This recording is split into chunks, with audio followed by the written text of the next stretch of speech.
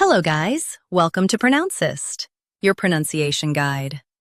Today we will learn how to pronounce the word shown on the screen, duty. First, let's hear its American pronunciation, duty.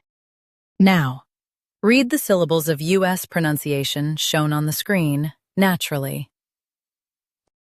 Do, T, duty, do, T, duty. Now, let's focus on British pronunciation of this word, duty. Now, read the syllables of British pronunciation shown on the screen naturally. Jew, T, duty, Jew, T, duty. US says do, while UK says due. Keep T soft. Duty, duty.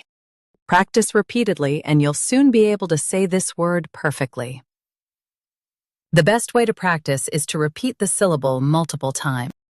The meaning of the word is a responsibility.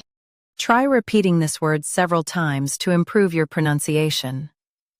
We post daily videos on useful and commonly mispronounced words to help you speak clearly and confidently. Like this video and subscribe to Pronouncist for more pronunciation guides. Thanks for watching us.